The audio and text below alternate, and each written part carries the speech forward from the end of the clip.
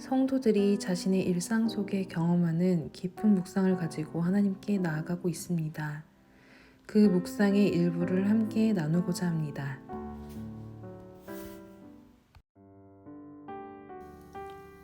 임신 31주를 지내고 있다.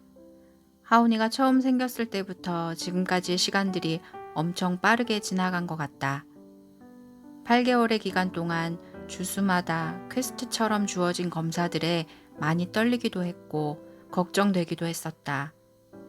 그렇지만 그 속에서 내가 할 수 있는 건 없고 오직 하나님만 붙드는 게 유일하게 할 수 있는 일이었다.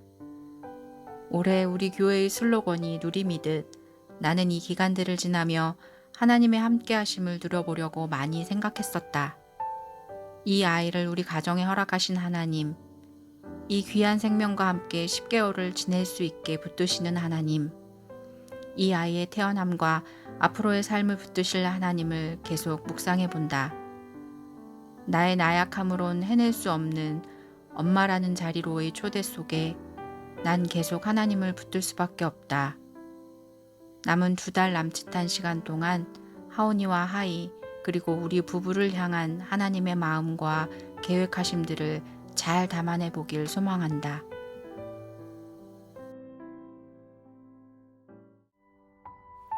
오늘 우리가 나눌 말씀은 룻기 4장 13절부터 17절 말씀입니다. 이에 보아스가 룻을 맞이하여 아내로 삼고 그에게 들어갔더니 여호와께서 그에게 임신하게 하심으로 그가 아들을 낳은지라. 여인들이 나오미에게 이르되 찬송할지로다. 여호와께서 오늘 내게 기업물을 짜가 없게 하지 아니하셨도다. 이 아이의 이름이 이스라엘 중에 유명하게 되기를 원하노라. 이는 내 생명의 회복자이며 내 노년의 봉양자라. 곧 너를 사랑하며 7 아들보다 귀한 내 며느리가 낳은 자로다 하니라. 나오미가 아기를 받아 품에 품고 그의 양육자가 되니 그의 이웃 여인들이 그에게 이름을 지어주되 나오미에게 아들이 태어났다 하여 그의 이름을 오벳이라 하였는데 그는 다윗의 아버지인 이새의 아버지였더라. 아멘.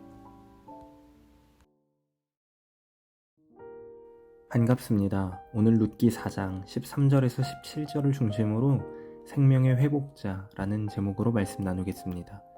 지난 본문에서 엘리멜렉의 기업물을 우선권 있던 자는 그 책임과 권한을 행사하지 않기로 했고 스스로 신을 벗었습니다.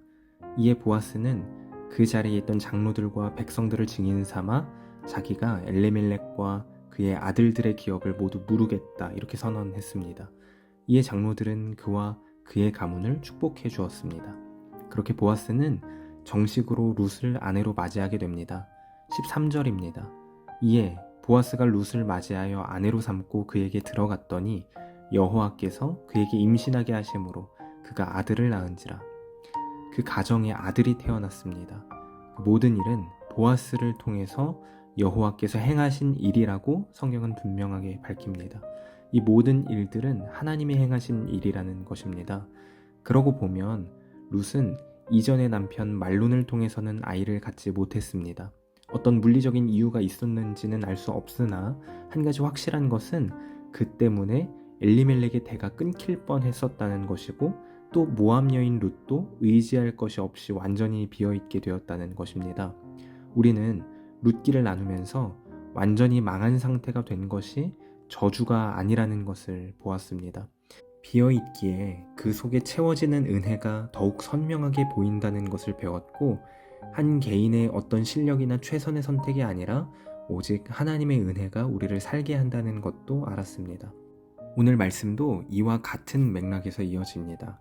엘리멜렉의 가정에 아이가 생기면서 그의 가문이 끊어지지 않게 되었다는 것은 룻기에서 볼 수 있는 은혜의 절정인데 이는 한편 우리의 결말, 그러니까 죽어서 하나님에게서 끊어진 우리가 다시 그분과 이어지게 된다는 것을 보여주는 중요한 장면입니다.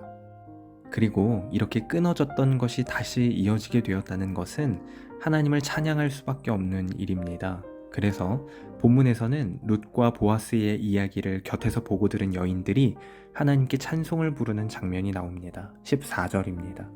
여인들이 나오미에게 이르되 찬송할지로다. 여호와께서 오늘 내게 기업물을 자가 없게 하지 아니하셨도다. 이 아이의 이름이 이스라엘 중에 유명하게 되기를 원하노라. 이는 내 생명의 회복자이며 내 노년의 봉양자라. 곧 너를 사랑하며 7 아들보다 귀한 내 며느리가 낳은 자로다 하니라. 재밌는 것은 보아스나 룻이 아닌 나오미를 이야기의 중심 삼아 노래하고 있다는 것입니다. 룻이 낳은 아들은 나오미에게 있어서 그녀의 끊어진 가문을 다시 이어지게 하는 존재로서 기업물을 짜이자 노년의 봉양자, 그러니까 그녀를 지탱해줄 지지자였습니다. 그리고 생명의 회복자였습니다. 룻기는 마치 잘 살아보겠다고 유산을 받아 떠났다가 완전히 망해버린 둘째 아들의 이야기와 같이 기근을 피해 어떻게든 살아보겠다고 떠났다가 완전히 망한 후 빈손이 되어 다시 베들레헴으로 돌아오는 나오미를 보여주면서 시작했습니다. 그리고 그 서두 이야기의 핵심은 1장에서만 12번이나 반복되는 단어인 돌아옴이었습니다. 그런데 그때 돌아오다라는 의미로 쓰인 단어가 지금 오늘 본문에서는 생명을 돌아오게 하는 자, 회복자라는 말로 번역되어 쓰였습니다. 잘 살아보려는 어떤 최선, 자신의 노력, 그 자신의 실력의 한계에 부딪혀서 완전히 망한 채 돌아온 그 자리에 비로소 하나님의 은혜만 채워지게 된 것입니다. 그렇게 얻게 된 것이 바로 룻이 낳은 자, 룻이 낳은 아들이었습니다. 이때 성경은 룻을 시어머니를 사랑하는 7 아들보다 귀한 며느리라고 소개합니다. 7 아들이라는 말은 완전수인 7이라는 수를 들어서 완전한 버팀목으로 생각될 만한 아들들, 또는 당시에는 아들이 한 여인에게 있어서 소망 그 자체였기 때문에 어떤 소망이 되는 비빌 언덕이라는 뜻으로 한 말입니다. 그렇게 본문에서 나오미는 어떤 버팀목보다도 더 나은 며느리를 통해 하나님의 은혜를 경험하고 있습니다. 돌아보면 나오미는 1장에서 베들레헴으로 돌아오면서 스스로를 비어있는 자라고 했었습니다. 그런데 7 아들보다 나은 며느리 룻은 사실 그때에도 곁에 있었습니다. 이 그림은 우리에게 중요한 메시지를 던져줍니다. 우리는 자주 고난 앞에서 좌절합니다. 그럴 때면 오로지 문제가 해결되는 것에 소망을 둡니다. 그러다가 마음대로 되지 않는 상황을 보면서 다시 좌절하고 낙담합니다. 그때에도 하나님은 설교를 통해서, 곁에 있는 사람들을 통해서, 순간순간 만나게 되는 일들을 통해서 나는 너의 아버지로 여전히 너와 함께 있다. 너는 그 속에서도 내가 걷게 하는 길을 멋지게 걸을 수 있다 라고 말씀하시는데, 상황만 보고 좌절에 빠진 사람은 그 음성을 듣지 못합니다. 여전히 함께하고 계시는 그 은혜, 우리에게 이미 주어진 은혜를 느끼지 못합니다.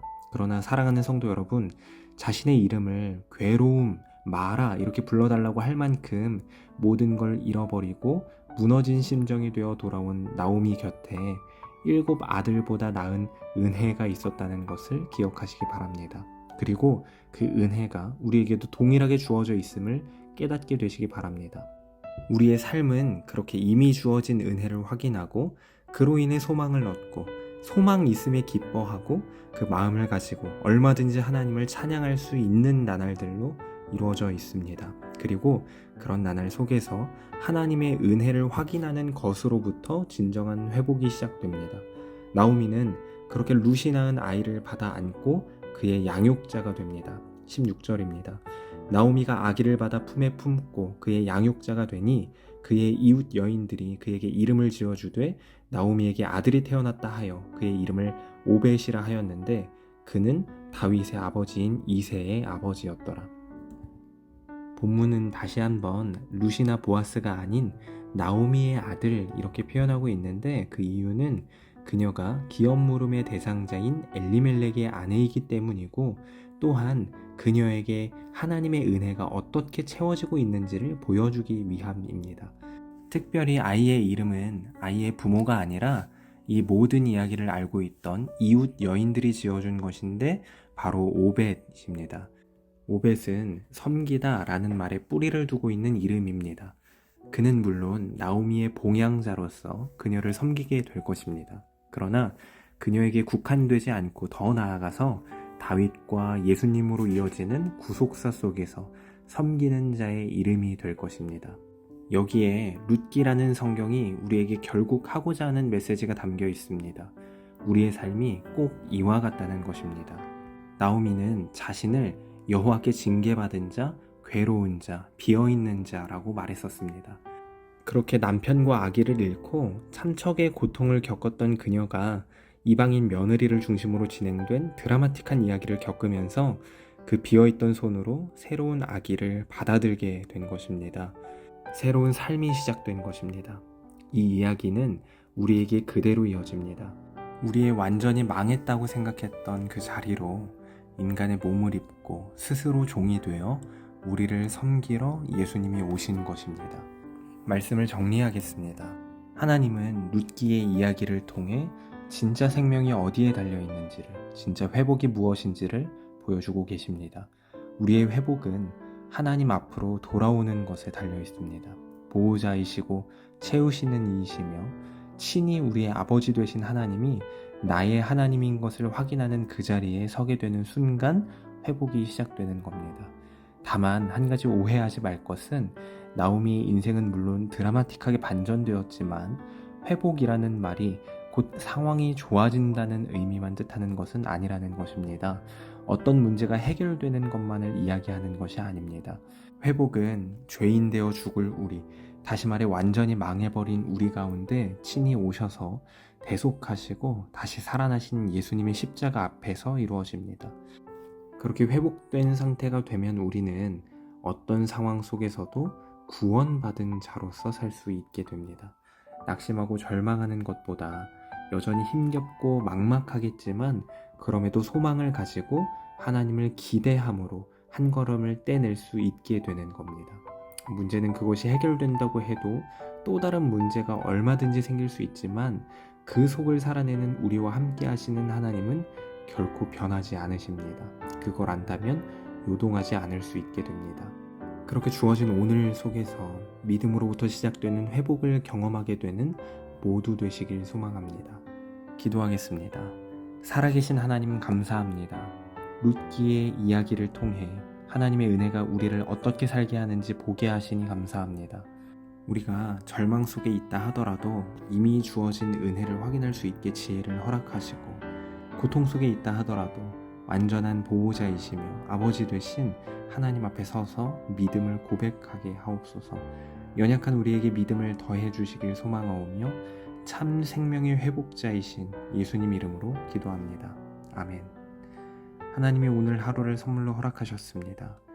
있는 그 자리가 어디든 그곳에서 믿음을 고백하게 되시기 바랍니다.